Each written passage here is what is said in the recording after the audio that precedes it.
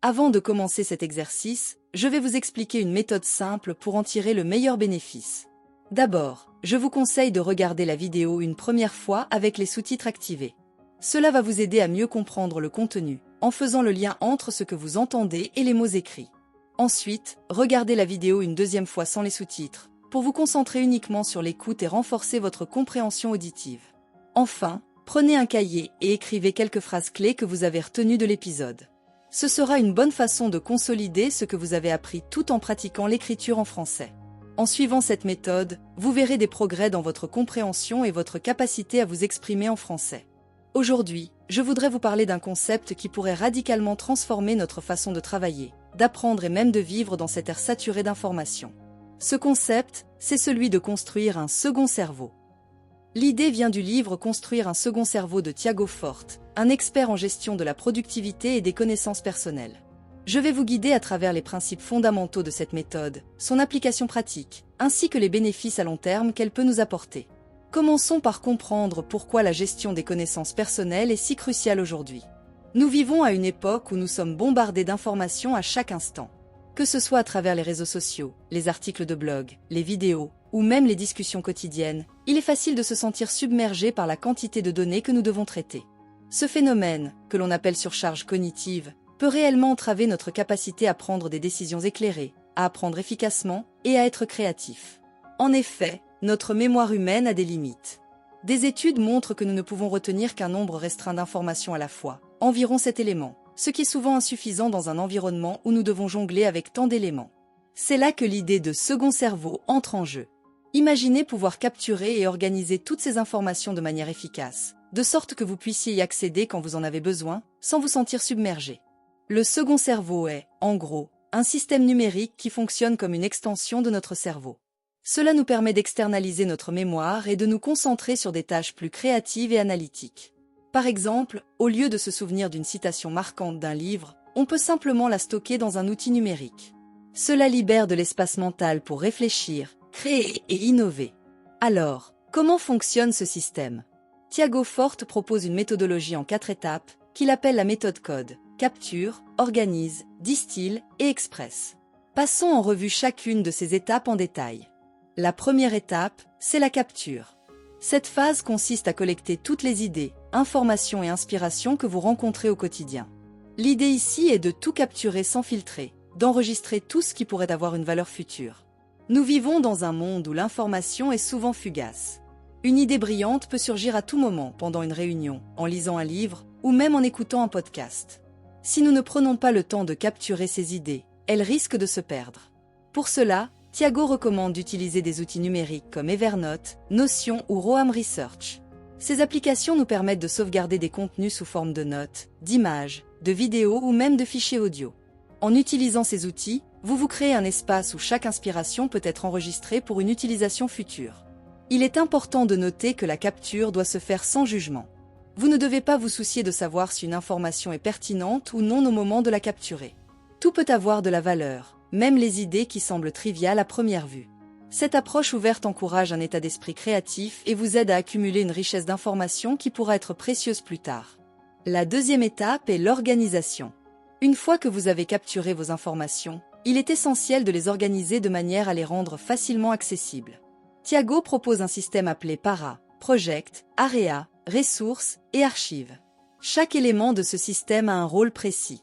Project, ce sont les projets actifs sur lesquels vous travaillez actuellement. Chaque projet doit avoir son propre espace, où toutes les informations pertinentes sont rassemblées. Cela vous aide à garder une vue d'ensemble sur ce que vous devez accomplir. Area, ce sont les domaines de responsabilité de votre vie, par exemple, la santé, les finances ou votre carrière. En définissant clairement ces domaines, vous pouvez mieux gérer vos priorités et vos engagements. Ressources, ce sont toutes les informations qui pourraient vous être utiles à l'avenir, mais qui ne sont pas nécessaires dans l'immédiat. Il peut s'agir d'articles intéressants, de recherches ou de livres que vous souhaitez consulter plus tard. Archives, c'est l'endroit où vous conservez ce qui n'est plus pertinent mais que vous voulez garder pour référence future. Cela vous permet de garder un historique de vos idées et projets sans encombrer votre espace de travail actuel. Tiago insiste sur l'importance de maintenir ce système à jour.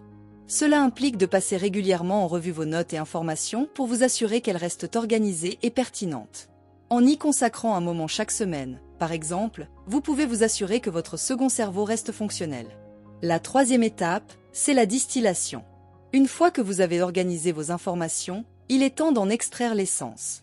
La distillation consiste à simplifier les informations pour ne retenir que l'essentiel. Cela facilite la mémorisation et l'utilisation future de ces connaissances. Thiago propose une technique appelée progressive summarisation. Cela consiste à résumer les informations à plusieurs niveaux. Vous commencez par le texte original, puis, au fil du temps, vous créez des résumés qui en retiennent l'essentiel. Cela permet de réduire progressivement les informations à leurs éléments les plus pertinents. Cette étape est cruciale car elle vous aide à transformer des informations brutes en connaissances exploitables. Par exemple, si vous lisez un livre et que vous en prenez des notes, vous pouvez ensuite distiller ces notes en extrayant les concepts clés, ce qui vous permettra de les utiliser ultérieurement, que ce soit pour des présentations, des projets ou des discussions. Enfin, la dernière étape est l'expression. À ce stade, il s'agit d'utiliser les connaissances que vous avez accumulées et distillées pour créer quelque chose de nouveau. L'expression est essentielle, car c'est ici que vous transformez les informations passives en savoir actif. Que vous écriviez un article, prépariez une présentation ou développiez un projet, cette étape est le catalyseur qui permet de donner vie à vos idées. Thiago encourage également le partage de vos créations. En exprimant vos idées et en les partageant avec les autres, vous pouvez recevoir des retours précieux qui enrichissent encore davantage votre compréhension. Il est également important d'établir des rituels d'expression réguliers. Que ce soit par le biais d'un blog, de vidéos ou d'autres formes de contenu, cela vous incitera à synthétiser vos idées et à les partager. Ces rituels favorisent l'engagement et renforcent la créativité. Maintenant que nous avons exploré les 4 étapes de la méthode CODE, voyons comment nous pouvons intégrer cette approche dans notre vie quotidienne à l'aide d'outils numériques adaptés. Il existe plusieurs outils que nous pouvons utiliser pour construire notre second cerveau. Parmi les plus populaires, nous trouvons Evernote, Notion, Roam Research et Obsidian. Chacun de ces outils a ses spécificités, mais ils partagent tous un objectif commun, faciliter la gestion de nos connaissances personnelles. Evernote est un outil polyvalent pour la capture et l'organisation des notes. Grâce à sa fonctionnalité de recherche avancée, il vous permet de retrouver rapidement ce dont vous avez besoin, même si vous avez accumulé une grande quantité d'informations. Notion est particulièrement apprécié pour sa flexibilité. C'est un outil de gestion de projet et de prise de notes qui vous permet de créer des bases de données, des tableaux Kanban et des listes de tâches, tout en intégrant des notes, des documents et d'autres ressources. Vous pouvez structurer vos informations de manière visuelle, ce qui peut grandement faciliter l'accès et la compréhension. Roam Research est un outil qui favorise les connexions entre les idées. Grâce à sa fonctionnalité de lien bidirectionnel, il permet de créer un réseau d'informations interconnectées, ce qui peut enrichir votre réflexion et favoriser la créativité. Obsidian, similaire à Roam, permet de créer un réseau de notes interconnectées tout en vous offrant un contrôle total sur vos données. C'est un excellent choix pour ceux qui aiment personnaliser leur environnement de travail. Lorsque vous choisissez un outil, il est essentiel de considérer plusieurs critères. L'outil doit être facile à utiliser et intuitif, afin d'éviter une surcharge d'apprentissage. Une bonne capacité de recherche est également cruciale. Vous devez être capable de retrouver rapidement les informations dont vous avez besoin. De plus, l'interopérabilité est importante. L'outil doit pouvoir se synchroniser avec d'autres applications que vous utilisez. Enfin, la personnalisation est un atout majeur, car vous devez pouvoir adapter l'outil à vos besoins spécifiques. Maintenant, parlons des applications pratiques du second cerveau. Ce système a des applications dans de nombreux domaines, que ce soit dans le milieu professionnel, les études ou même les loisirs. Dans le milieu professionnel, les individus peuvent utiliser ce système pour gérer des projets de manière plus efficace. Les chefs de projet, par exemple, peuvent rassembler toutes les notes de réunion, les ressources de recherche et les objectifs de projet dans un espace centralisé. Cela facilite le suivi des progrès et la communication au sein de l'équipe. En utilisant un second cerveau, il devient beaucoup plus facile de prendre des décisions basées sur des connaissances bien organisées. Dans le contexte des études et de l'apprentissage continu, les étudiants peuvent structurer leurs connaissances de manière efficace. Cela facilite la révision et la création de nouvelles idées. En utilisant un second cerveau, ils peuvent capturer des lectures, des idées de recherche et des notes de cours dans un système organisé. Cela leur permet de mieux se préparer pour les examens, mais aussi d'être plus créatifs lors de la rédaction de travaux académiques. Quant aux artistes, écrivains et créateurs, ils peuvent organiser leurs inspirations et leur matériel de recherche pour nourrir leur processus créatif. Par exemple, un écrivain peut utiliser des notes capturées lors de ses lectures pour construire un univers narratif riche. Un artiste peut rassembler des références visuelles et des idées de composition dans un tableau Notion ou un dossier Evernote. Cela facilite l'accès à ses sources d'inspiration et lui permet d'être plus productif dans son travail. Je vais vous donner quelques exemples concrets d'utilisation de cette méthode. Prenons par exemple un entrepreneur qui utilise un second cerveau pour développer des idées d'entreprise. En capturant des articles, des études de marché et des retours clients, il peut élaborer une stratégie solide et informée. De même, un étudiant en médecine peut rassembler des ressources sur diverses maladies et traitements, ce qui facilite non seulement l'étude, mais aussi la révision. Cela lui permet d'être mieux préparé pour ses examens et d'acquérir une compréhension plus approfondie de son domaine. Pour un créateur de contenu, un blogueur peut utiliser des idées capturées de diverses sources pour créer une série d'articles. En se basant sur des recherches approfondies et des perspectives variées, il peut enrichir le contenu qu'il propose à son audience. Cependant, l'implémentation d'un second cerveau n'est pas sans défi. Nous pouvons rencontrer plusieurs obstacles en cours de route. L'un des plus importants est la surcharge d'informations. Il est facile de se retrouver avec trop de données, ce qui peut nuire à la clarté et à l'efficacité. Pour éviter cela, il est crucial de définir des critères clairs sur ce qui doit être capturé. Adopter une approche sélective et se concentrer sur les informations qui apportent une réelle valeur ajoutée est essentiel. Un autre défi réside dans le maintien de la discipline. Il peut être difficile de rester régulier dans la gestion de son second cerveau. La clé ici est de créer des routines et des rituels qui intègrent cette gestion dans votre quotidien. Par exemple, établir un moment fixe chaque semaine pour passer en revue et organiser vos notes peut aider à garder le système à jour. Tiago Forte propose également des solutions pratiques pour surmonter ces défis. Par exemple, l'application stricte de la méthode PARA peut vous aider à maintenir un cadre clair pour l'organisation de vos informations. De plus, pratiquer régulièrement la distillation des informations vous permettra de passer en revue vos notes et de synthétiser ce qui est le plus pertinent. Un second cerveau peut également vous offrir de nombreux bénéfices à long terme.